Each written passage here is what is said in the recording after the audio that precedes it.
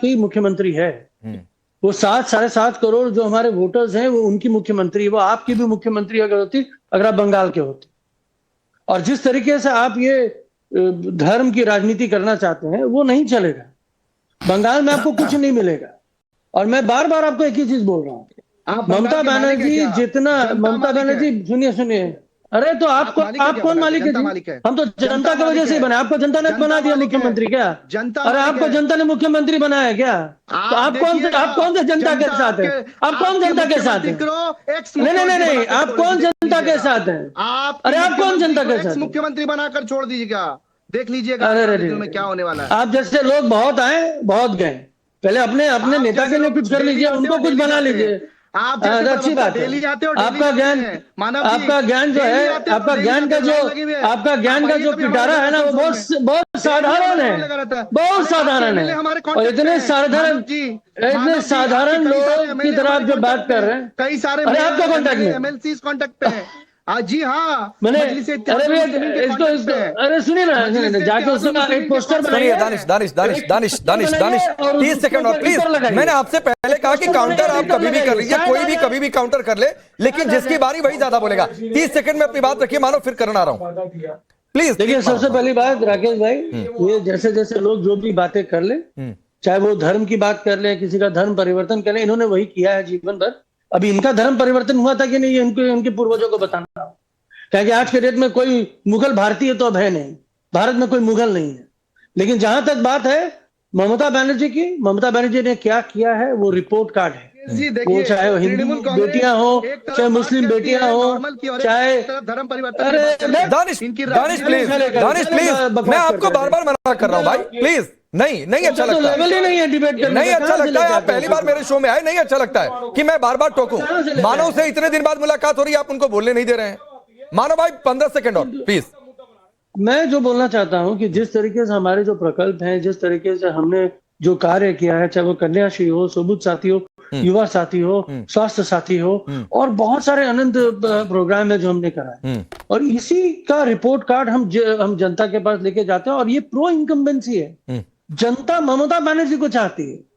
इनके पास चेहरे नहीं है, चाहे विपक्ष में कोई भी हो, अच्छा विपक्ष होना चाहिए, पॉजिटिव विपक्ष होना चाहिए, सकारात्मक सोच वाला विपक्ष होना चाहिए, ये हम भी चाहते हैं। लेकिन विपक्ष होना चाहिए, ठीक, वो सत्ता में नहीं आएंगे। ठीक है, अब करण वर्मा, विपक्ष होना चाहिए, लेकिन अभी इन्होंने ड्रामा कह दिया, दानिश ने, ओवैसी ने ड्रामा कह दिया, फिर भी उस पिच पर जाने से बचना क्यों चाह रहे हैं? मानो जायसवाल, उसका सीधे तौर पर जवाब देने से। नहीं, सबसे पहले तो देखिए, मैं दानिश जी को मुबारकबाद देता हूं जिस सच्चाई से उन्होंने दावा की पेशकश करी आपकी चैनल पे। मेरा ख्याल है वो कंफ्यूज हो गए कि ये नवभारत है, नवभारत टाइम्स है, ना कि पीस टीवी है। तो बहुत अच्छी बात है, इनके दिल के अरमान जुबान पे आए। इनकी पार्टी के नाम भी मुस्लिमीन है। बहुत अच्छी बात है जिस तरह से इन्होंने दावा की पेशकश करी यहाँ पर कि भाई सब इस्लाम कबूल कर लें। इससे जनता को भी सतर्क हो जाना चाहिए कि इनका मंसूबा क्या है। और जब भाई बंकिम दा की बात हो रही है, तो मुझे एक और महान सुपूत हैं बंगाल के, रविंद्रनाथ टैगोर जी, उनका एक वाक्य याद आता है। मैं जरा कोट करना चाहूंगा शब्दशः, अंग्रेजी में साथ में अनुवाद करते हुए चलूंगा। रविंद्र रचनावली वॉल्यूम 24 का उन्होंने एक बात कही थी, there are two religions on earth, ये उनके शब्द हैं, which have distinct enmity against all other religions. बाकी सबसे उनकी लड़ाई है, वो है क्रिश्चियनिटी और इस्लाम।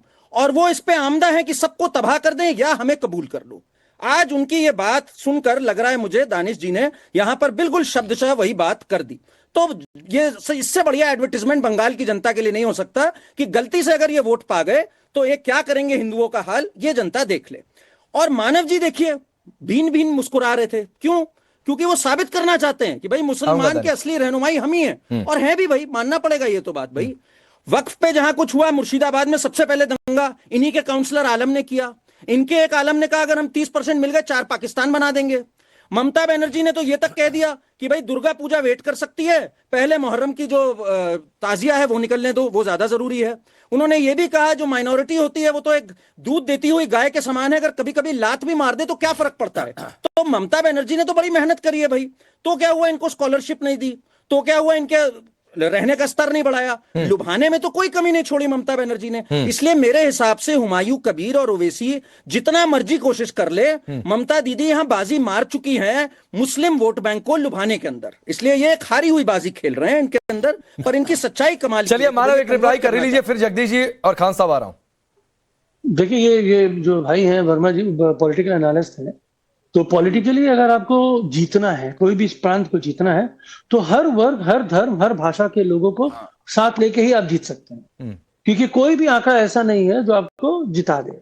और जहां तक ये जो नैरेटिव चलाने की बात है और पूरे देश में एक नैरेटिव चलाने की बात है, ये नैरेटिव बहुत पहले ध्वस्त हो चुका है। दुर्गा पूजा जिस तरीके से बंगाल में मनाया जाता है, छठ पूजा जिस तरीके से बंगाल में मनाया जाता है, ईद उल फितर जिस तरीके से मनाया जाता है, गुरु नानक जयंती मनाया जाता है, महावीर जयंती मनाया, कोई ऐसा धर्म का जो पर्व है, जो बड़े पर्व भी हो, उसको एक उत्सव की तरह बंगाल में मनाया जाता है। तो इससे इसके क्या साझा होता है कि भाई हम हर धर्म, हर वर्ग, हर भाषा छोटी सी बात राकेश जी, एक छोटा पॉइंट ऑफ ऑर्डर 10 सेकंड साथ ही साथ 1 मिनट, मैं हमारे मित्र को आपने कुछ एक इंसिडेंट बताया, एक छोटा सा सवाल कर लूं, फिर आप प्लीज जवाब दे दीजिए मानव जी।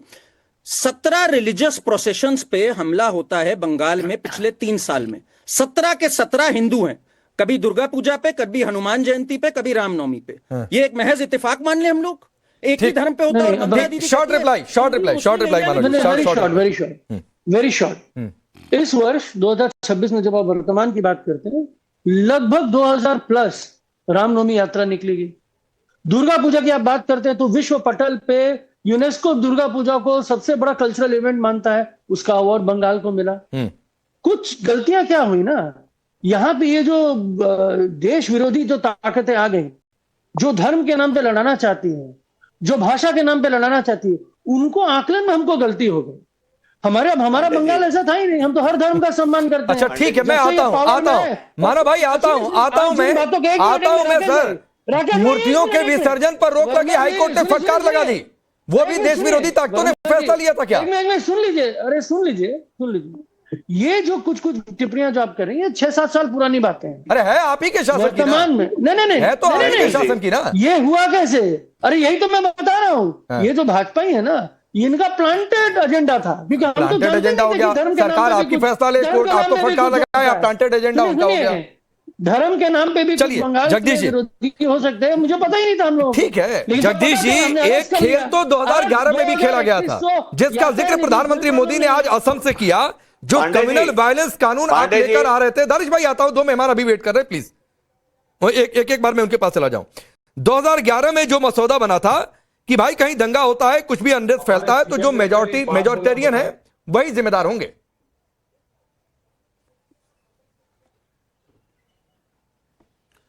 देखिए राकेश भाई, सबसे पहले मैं शुरुआत कर रहा हूं धनंजय भाई की। भाजपा के प्रवक्ता धनंजय भाई ने कहा है 140 करोड़ जो परिवार हैं, लोग हैं भारत के, वो मोदी जी के परिवार के लोग हैं।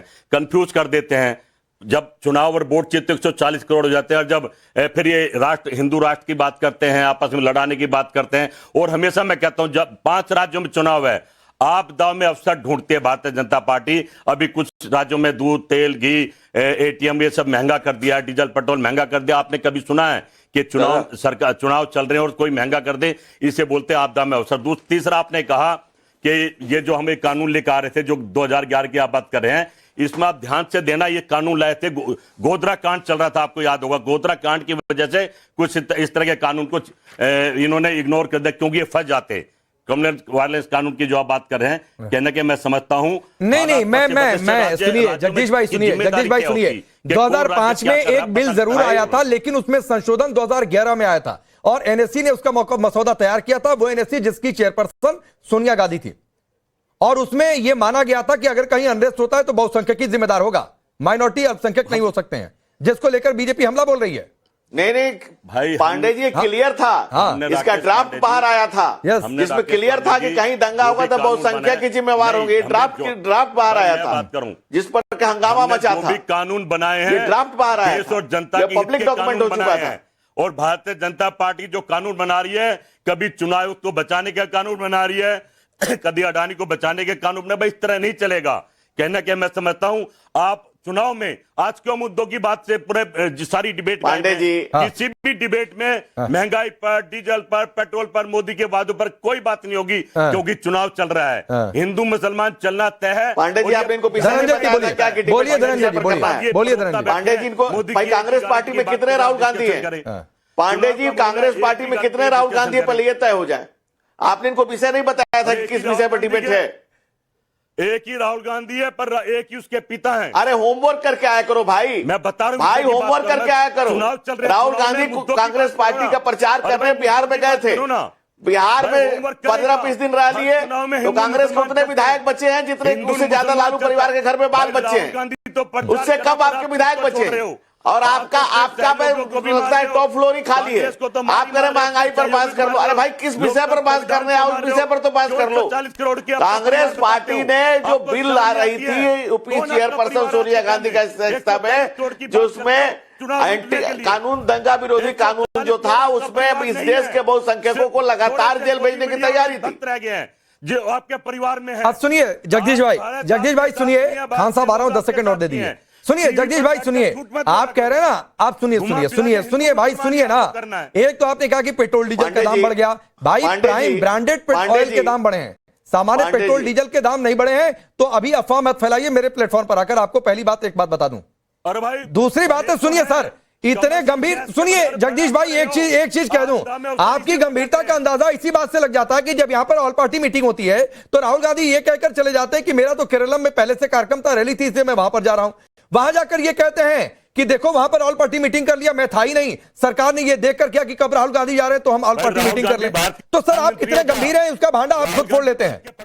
जगदीश भाई, उसका भांडा आप खुद फोड़ देते हैं, तो उधर नहीं जाना है। लेकिन खान साहब, अखिलेश यादव ने कहा कि बंगाल में दीदी है और दीदी रहेंगी, तो वैसे तो ये कह रहे हैं कि दीदी और, अरे रुक जाइए जगदीश जी, रुक जाइए सर, आपकी गंभीरता हमने दिखा दी, आपकी गंभीरता हमने दिखाई। और वैसे ही ये कह रहे हैं कि ममता मोदी में सेटिंग है, वो तो एक ही सिक्के के दो पहलू हैं। तो फिर गंभीर आप लोगों, अरे जगदीश भाई सुनिए, ये टैगिंग जाकर सड़क चौक चौराहे पर किया करिए, यहां पर शो में बैठकर मत किया करिए, वरना आप लोगों की टैगिंग में से झाड़ देता हूं, फर्क नहीं पड़ता है कोई। अरे सड़क चौराहे की, यहां पर देश के लोगों की बात कर रहा हूं, और इसके लिए आप कोई भी टैगिंग दीजिए, मुझे कोई फर्क नहीं पड़ता है। अगर देश के मुद्दों की बातचीत करना, आपकी सच्चाई या किसी की भी सच्चाई को बताना, अगर कोई टैगिंग लेना है तो आप आपकी सोच, आपको मुबारक हो। चलिए खान साहब, सवाल का जवाब दीजिए। अब जगदीश भाई रुक जाइए, रेडियो कमेंट्री का शो नहीं है, रुक जाइए, रेडियो कमेंट्री का शो नहीं है, उन पर भी फिर आवाज बंद करवाऊंगा, नीचे करवाऊंगा, आपको बुरा लगेगा। रुक जाइए, खान साहब की बारी है। अरे भाई, कमेंट्री का नहीं, राकेश, ठीक है, रुक जाइए, खान साहब बोलिए। किस की आवाज बंद कराओगे? पूरा भारत आपके खिलाफ चल रहा है। राकेश जी बोलने का मौका दीजिए प्लीज। राकेश जी बोलिए। मैं कहता हूं कि मेरी पार्टी, माननीय अखिलेश यादव जी, मैं कहता हूं, साफ कहता हूं कि मेरी पार्टी समाजवादी पार्टी, माननीय अखिलेश यादव जी राष्ट्रीय अध्यक्ष, और संविधान, ये सब हम लोग मानने वाले लोग हैं।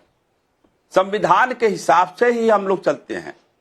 अगर देखिए, चुनाव आयोग अगर वहां बैठ करके डीजीपी और चीफ सेक्रेटरी और तमाम अधिकारियों पर ट्रांसफर कर रहा है, और कोई पार्टी का नेता किसी जाति विशेष का नाम लेकर कह रहा है कि इनके ऊपर जाति हो रही है, तो चुनाव आयोग क्या कर रहा है?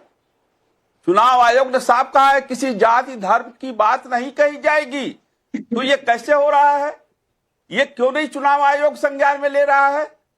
उसी बंगाल में हमारे सुभाष चंद्र बोस ने जब देश की आजादी लड़ाई लड़ी जा रही थी, तब कहा था मुझे खून दो, मैं तुम्हें आजादी दूंगा। उन्होंने कोई हिंदू मुसलमान नहीं कहा था, उन्होंने कोई जात बिरादरी की बात नहीं की थी। और हमारी पार्टी के अध्यक्ष, माननीय राष्ट्रीय अध्यक्ष अखिलेश यादव जी, सब समाज को लेकर चलने वाले व्यक्ति हैं। अगर उन्होंने कहा कि दीदी वहां चुनाव में आ रही हैं, तो तजुर्बा है उनके पास, और वो सही कहा उन्होंने कि दीदी